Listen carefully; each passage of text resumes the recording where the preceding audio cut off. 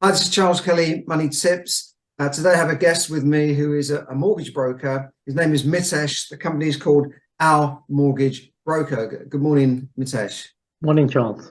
Morning. So today we're going to give you some updates on what's going on in the mortgage market and also talk about some things that you may not have heard about before. You may be unaware that you can get a mortgage if you've got adverse credit, and you can even possibly get a mortgage if your property has cladding on it. So, Mitesh, can we start with the interest rates? Where do you feel they are going at the moment? How is it affecting the mortgage interest rates as opposed to the base rates? Sure.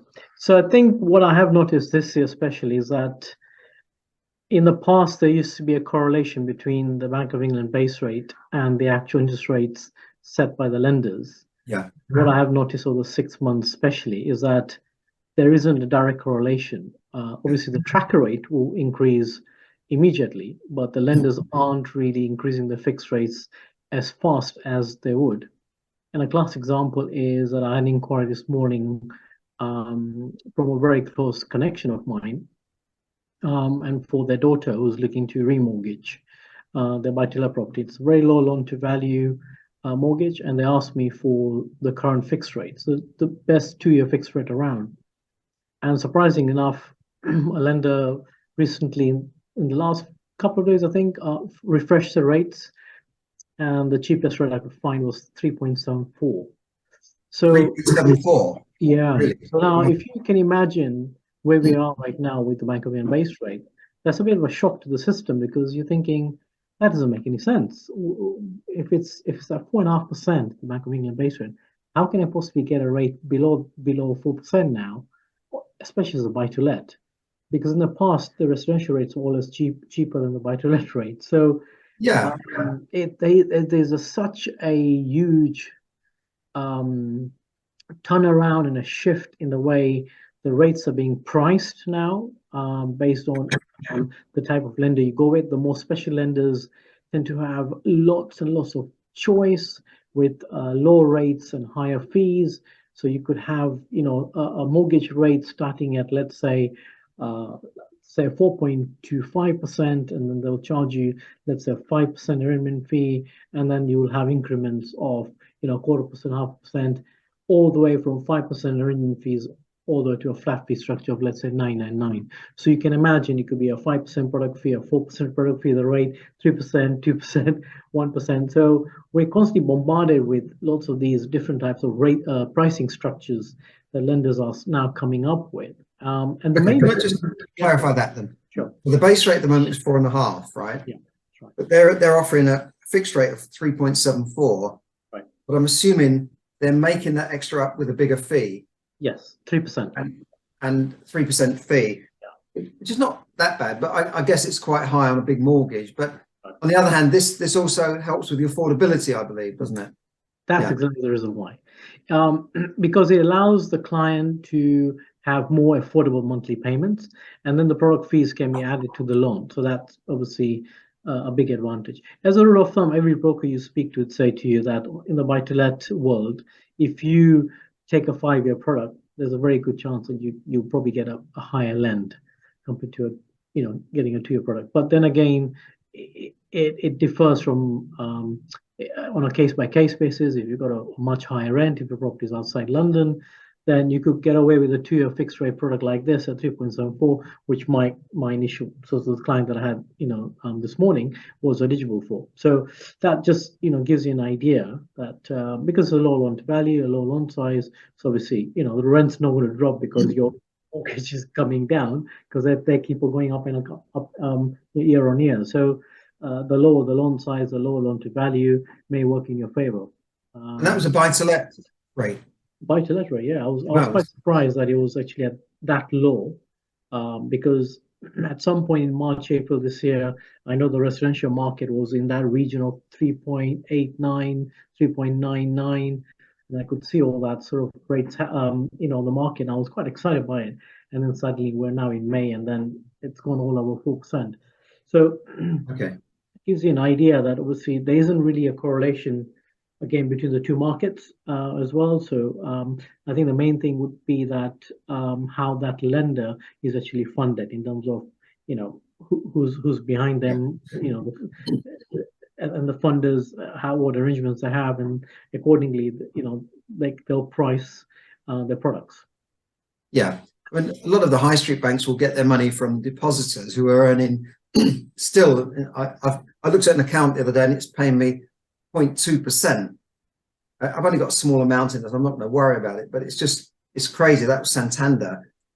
So they get their money at 0.2% and they're lending it out at 4%, quite a big margin. It's interesting that you mentioned about savings rates, because I've been seeing posts over the last 2 days where certain building societies are offering rates as high as 5% on taking out bonds and other products. So it's quite interesting that you pick up a savings account and offering the 5% interest rates now. Yeah, it is interesting. So I think the answer is to talk to your broker to explain, well, how can you get a rate less than the base rate? What's going on here? And why are they charging a big fee? Yeah. Well, sometimes they're charging a big fee to give you a lower rate to make the affordability better, so you can borrow more. Because a lot of buy-to-let landlords might be worried that when they come to fix the new rate, that it won't qualify because the rent hasn't gone up, but the rates have gone up.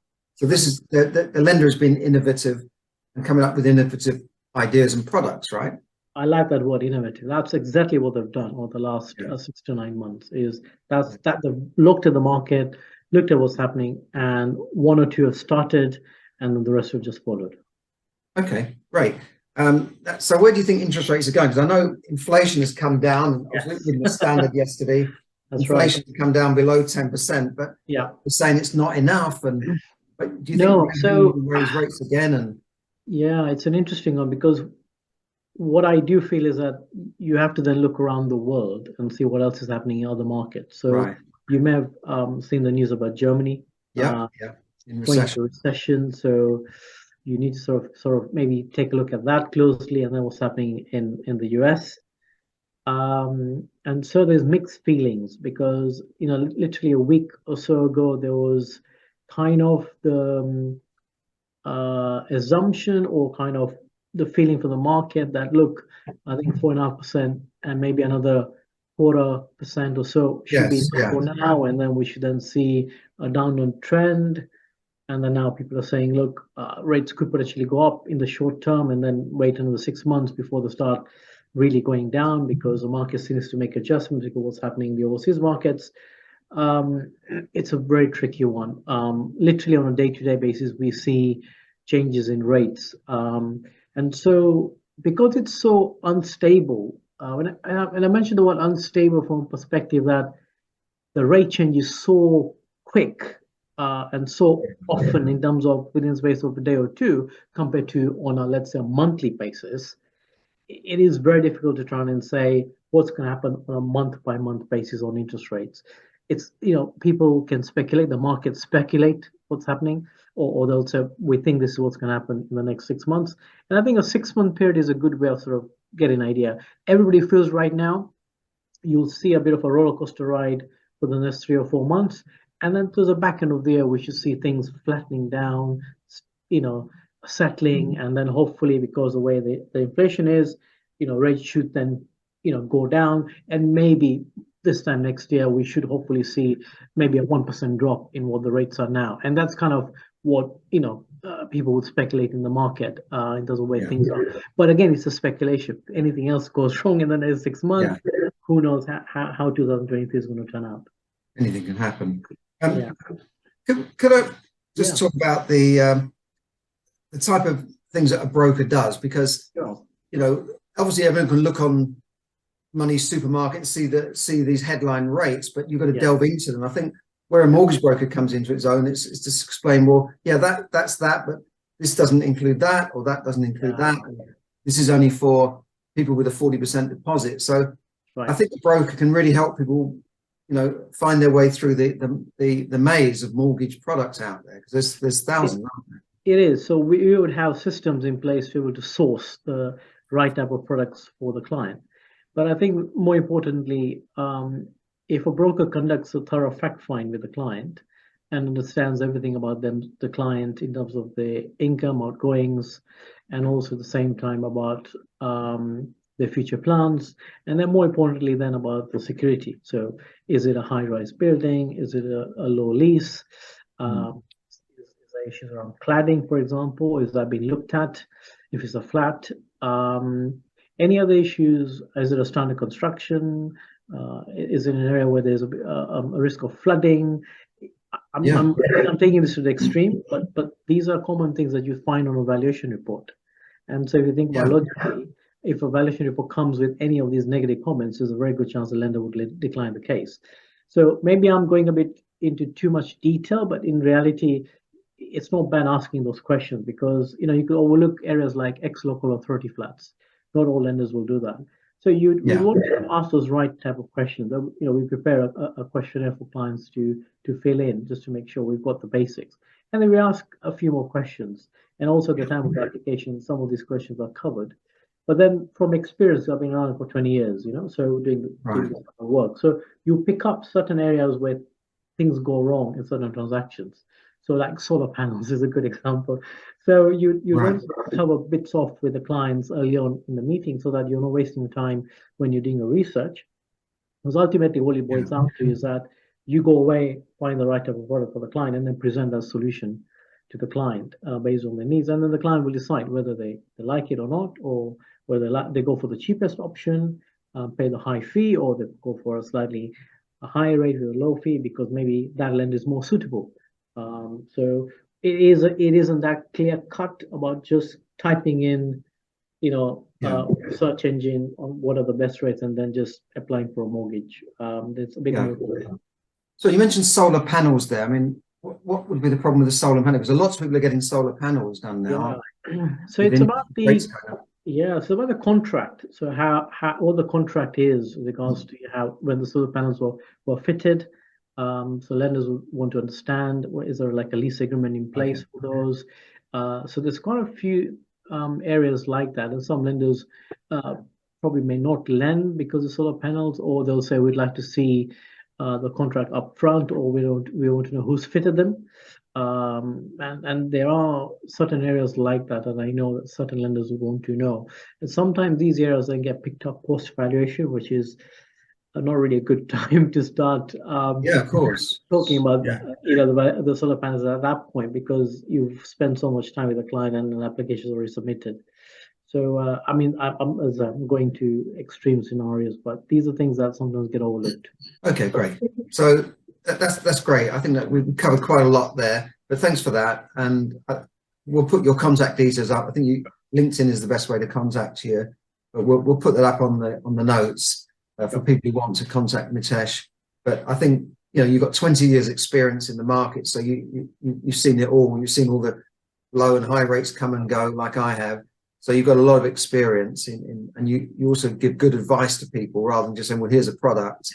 So I would say if you want to get a good mortgage that's right for you, talk to a broker, because they can look at the whole of the market rather than just looking at one rate on a website and going down that rabbit hole. So great. I think anything else you wanted to add? I just wanted to say, you mentioned about my event, which was held at the Holiday Inn in Watford. So I've recently acquired a serviced office at the Regis building in Croxley Park in Watford. So I'm keen to connect with clients more face to face. And I think there's more for demand now with all the COVID issues out of the way. So when we've also got an office now in our main office basically is in Mayfair. So if people want to visit around the city area, I'm only 20 minutes away. I live in Northwest London, and Watford obviously is kind of the place of work for me. So I'm more mobile now than before. And I know clients sometimes prefer that face-to-face meeting. Don't charge for a face-to-face meetings, so the initial consultation is always going to be free. So more than happy for clients to pop in and have a chat or a cup of coffee as well. Okay, so you deal with residential, investors, buy-to-let, bridging, older borrowers, you do the whole thing. Development finance, commercial. We haven't touched on commercial. Big space. Yeah. Well, we can talk about that in the next chat then. We could, again, that market's in a shift as well. So, okay. Yeah. Great. Well, thanks very much for your time, Mitesh. Great. I really appreciate it, and I hope you've got some good information for that. Put it in the comments, and please like and share, so we can get this out to more people. Just to remind you, next Wednesday, the coming Wednesday, I've got a webinar, free webinar on managing your money so that you can learn to become financially free, whether it's through property or whatever. And that's at 8 p.m. next. And I'll put some notes up about that as well next Wednesday. So thanks very much, Mitesh, and I'll speak to you again soon. Thank you. Thanks, Charles.